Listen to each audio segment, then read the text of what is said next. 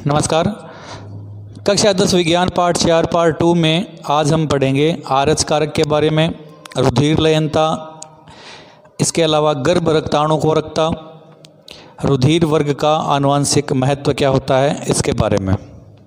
इससे पहले पार्ट 1 में पार्ट 4 में हमने पढ़ा था प्रतिजन, प्रतिरक्षी की संरचना, उनके कार्य और प्रतिरक्षी के प्रकार के बारे में। तो चलिए शुरू करते हैं आज का विषय आरएच कारक।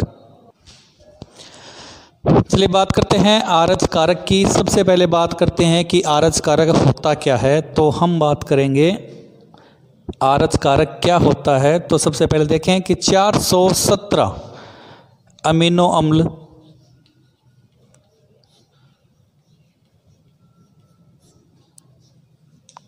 से बनी एक प्रोटीन होती है। 417 अमीनो अम्लों से मिलकर बनी हुई एक प्रोटीन समूह है जिसे आरएच कारक कहते हैं। अब बात करते हैं होती कहाँ है ये, यानी कि इसकी स्थिति रक्त कणिकाओं पे।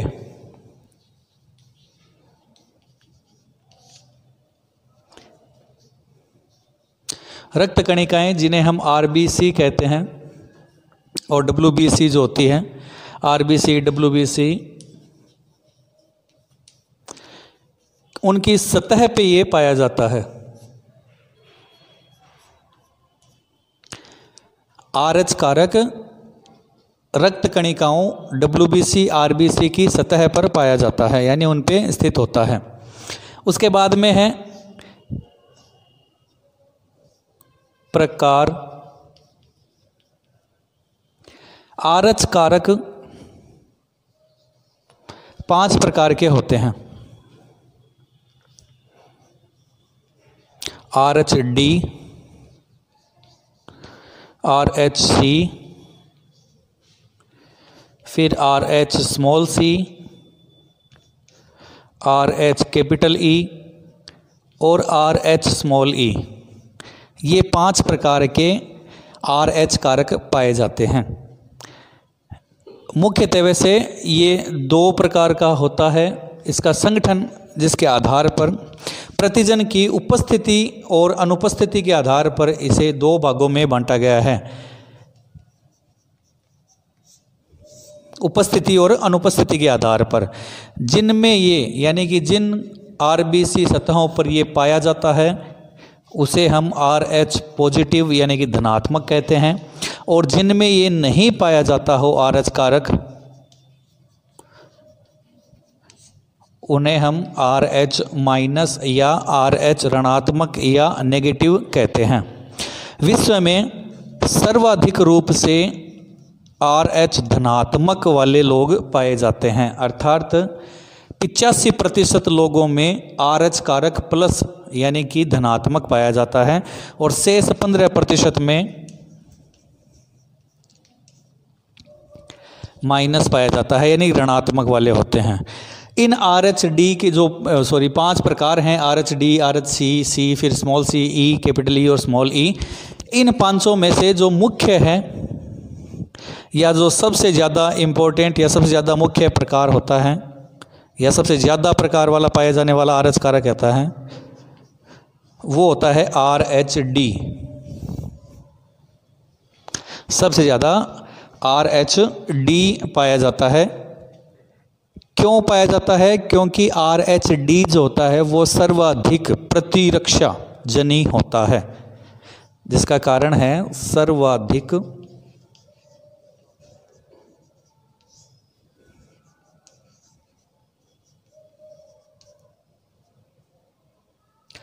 प्रतिरक्षा जनी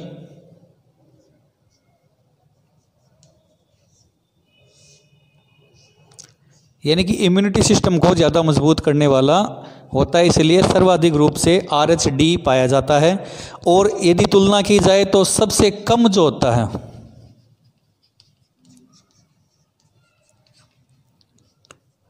वो होता है आरएच सी, ये सबसे कम, और जो डी है वो सबसे ज़्यादा पाया जाता है। तो मुख्य जो अधिकतर पाया जाने वाला आरएच कारक है वो है RH-D, और उसका कारण क्या है? क्योंकि वो सर्वाधिक प्रतिरक्षा जनी होता है। तो ये था आरएच कारक के बारे में कि आरएच कारक होता क्या है। 417 अमीनो अम्ल से बनी हुई एक प्रोटीन कहाँ पाया जाता है? रक्त कणिकाओं में, WBC RBC की सतहों पर। 5 प्रकार के होते हैं, RH-D, RH-C, RH small c, RH capital E और RH स्मॉल e। वैसे उपस्थिति और अनुपस्थिति के आधार पर 2 प्रकार के होते हैं, एक RH पॉजिटिव यानी कि धनात्मक जिनमें RH पाया जाता है, और जिन कणिकाओं की सतह पर RH नहीं पाया जाता है वो ऋणात्मक यानी कि RH माइनस होता है। अब बात करते हैं कि आरएच कारक की खोज कहाँ हुई। तो आरएच कारक की खोज जो हुई थी वो मकाकारिसस नामक बंदर में हुई थी।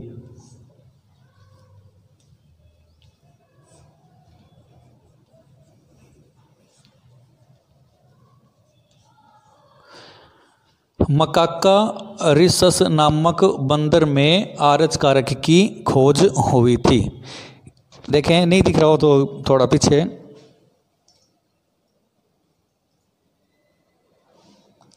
मकाकारिसस नामक बंदर में आरएच कारक की खोज हुई थी। देखिए, गर्भ रक्ताणु कोरकता और रुधिर लयनता। गर्भ रक्ताणु कोरकता यानी कि एरिथ्रोब्लास्टोसिस फीटल्स या रुधिर लयनता यानी कि हीमोलाइसिस जो रोग है वो क्यों होता है और किस कारण होता है, उनके बारे में हम चर्चा करेंगे। देखें, यदि गर्भावस्था के दौरान माता का रुधिर वर्ग या रुधिर जो कारक है, पहले मैं डिटेल में न लेकर थोड़ा शॉर्टकट समझा देता हूँ कि माता का जो रुधिर कारक है वो यदि RH माइनस है और जो शिशु होगा उसका यदि कारक RH प्लस होगा तो इन RH कारक और RH प्लस और माइनस के संलयन के कारण यानी कि आपस में मिल जाता है, जिसके कारण माता के शरीर में RH एंटी यानी कि प्रतिरक्षी उत्पन्न हो जाती है। RH प्रतिरक्षी उत्पन्न हो जाती है।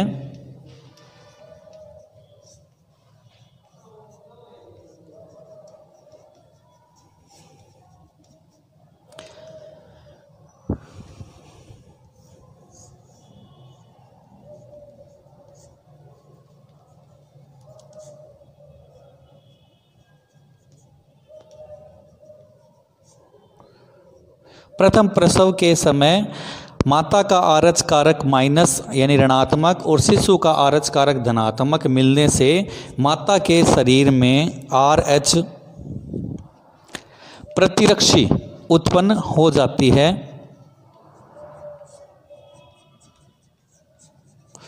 जो RBC यानी कि इसमें जो RBC है उनको नष्ट करने का काम करती है।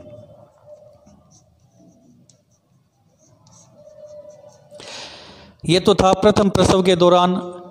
इसमें विशेष सावधानी रखनी पड़ती है। यदि मान लीजिए सेकेंड टाइम भी यदि ऐसा ही हुआ, द्वितीय प्रसव के कारण भी ऐसा ही हुआ, सेकेंड प्रेगनेंसी के कारण या द्वितीय प्रसव के समय या उसके दौरान भी यदि ऐसा ही होता है कि माता RH माइनस और शिशु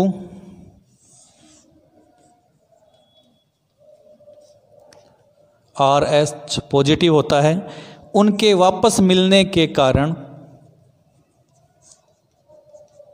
जो पहले से बनी हुई माता के शरीर में RH पॉजिटिव के प्रति यानी कि इसकी विपरीत जो बनी हुई RH माइनस प्रतिरक्षी जो होती है, जो RBC को नष्ट कर देती है, सेकेंड टाइम भी उसी का निर्माण होता है, जिसके कारण से माता के शरीर में गर्भ रक्ताणु कोरकता नामक रोग होने का डर रहता है या रुधिर लयनता हीमोलाइसिस नामक रोग होने का खतरा रहता है, जिसके कारण यदि उसका होता कि अर्थ क्या होता है, इसका रिजल्ट क्या होता है कि गर्भ में ही भ्रूण की हत्या या मृत्यु या डेथ हो जाती है, यानी गर्भ की मृत्यु हो जाती है। या यदि शिशु उत्पन्न होता है या जन्म लेता है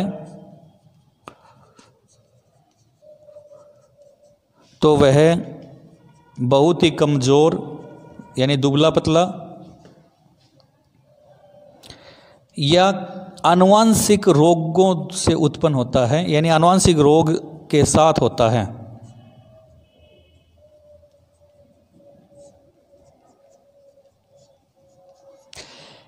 इससे कहते हैं गर्भ रक्ताणु कोरकता, यानी कि एरिथ्रोब्लास्टोसिस। फेटल्स कह सकते हैं क्योंकि गर्भ की हत्या ही है, इसलिए फेटल्स भी कह सकते हैं। होता क्या है डिटेल में ये था अपना जो गर्भ रक्ताणु कोरकता है, वो मुख्य कारण क्या होता है, RH की बेजोड़ता, यानी कि RH की जो असंगतता है वो इसका मुख्य कारण होता है। देखिए माता का RH कारक माइनस जबकि शिशु का RH कारक प्लस, यही असंगतता जो होती है उसके कारण से प्रथम प्रसव के दौरान विशेष सावधानी रखनी पड़ती है। यदि मान लीजिए सेकंड प्रसव जो होता है यानी सेकंड प्रेगनेंसी होती है, उस दौरान भी यदि ऐसा ही होता है कि RH माइनस रहता है माता का और शिशु का RH प्लस कारक हो, धनात्मक हो, तो गर्भ की मृत्यु हो जाती है क्योंकि RBC नष्ट पहले ही हो चुकी होती है। और यदि या फिर शिशु उत्पन्न भी होता है, जन्म भी लेता है, तो बहुत ही कमज़ोर दुबला पतला या कई आनुवांशिक रोगों से घिरा हुआ या आनुवांशिक रोगग्रस्त होता है। इसे हम कहते हैं रक्ताणु कोरकता या गर्भ रक्ताणु कोरकता, यानी कि एरिथ्रोब्लास्टोसिस फीटल्स। उपाय क्या है इसका, तो सबसे पहले तो जान लेते हैं कारण क्या है गर्भ रक्ताणु कोरकता का। मुख्य कारण यही होता है RH की बेजोड़ता या असंगतता, प्लस माइनस यानी कि असंगतता होना, ये इसका मुख्य कारण है। और उपाय है 24 घंटे के भीतर प्रथम प्रसव में, याद रखें प्रथम प्रसव में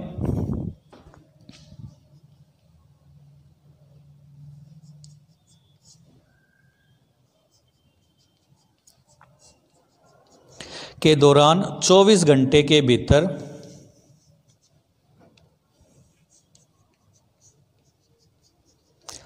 माता को IgG प्रतिरक्षी, जिसे रोहगम प्रतिरक्षी भी कहते हैं, यानी कि रोहगम एंटीबॉडीज का टीका लगाया जाना आवश्यक है, यानी कि ये लगाना जरूरी है।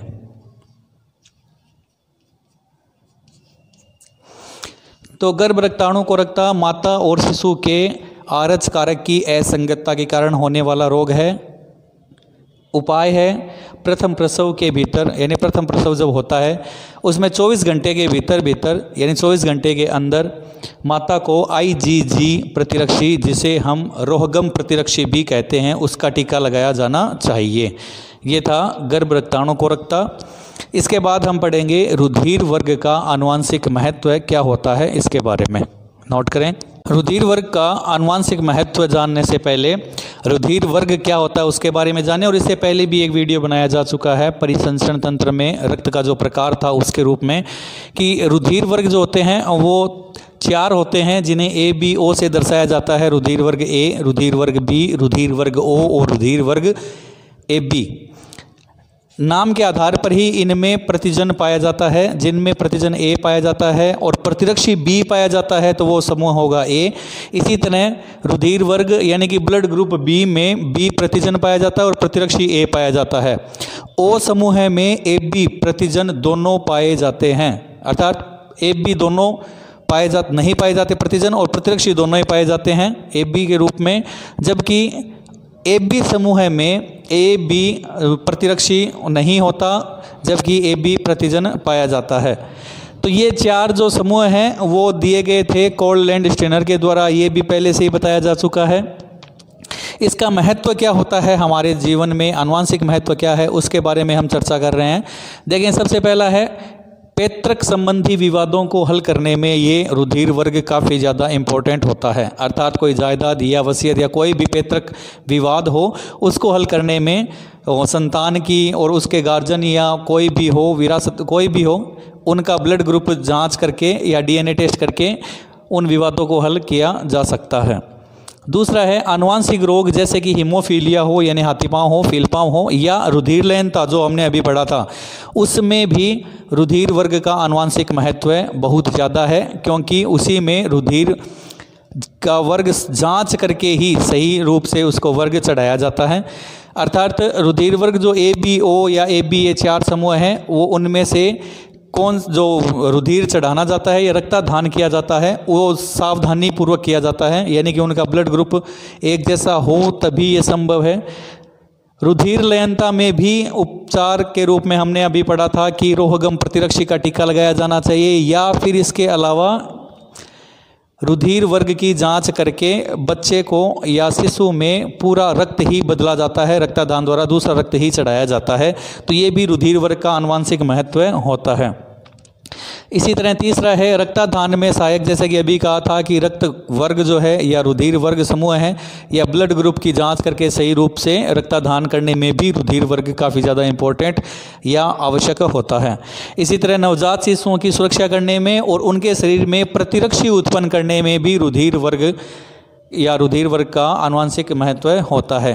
तो ये था आज का हमारा टॉपिक, आज का हमारा विषय पाठ 4 कक्षा 10 पार्ट 2, जिसमें हमने पढ़ा था एक तो RH कारक के बारे में, RH कारक होता क्या है, कहाँ पाया जाता है, किस प्रकार का होता है, कार्य क्या करता है, उसके बारे में, और साथ में पढ़ा था रुधिर वर्ग के कारण उत्पन्न होने वाले 2 विशेष रोग, रुधिर लयनता यानी कि हीमोलाइसिस, और साथ में गर्भ रक्ताणु कोरकता यानी कि एरिथ्रोब्लास्टोसिस फीटल्स रोग के बारे में कि वो क्यों होते हैं और कैसे होते हैं और उनका उपाय क्या है, और साथ में हमने जाना कि रुधिर वर्ग का आनुवांशिक महत्व क्या है। मिलते हैं इसी पाठ के तीसरे टॉपिक पर यानी तीसरे भाग में। आज के लिए इतना ही, धन्यवाद।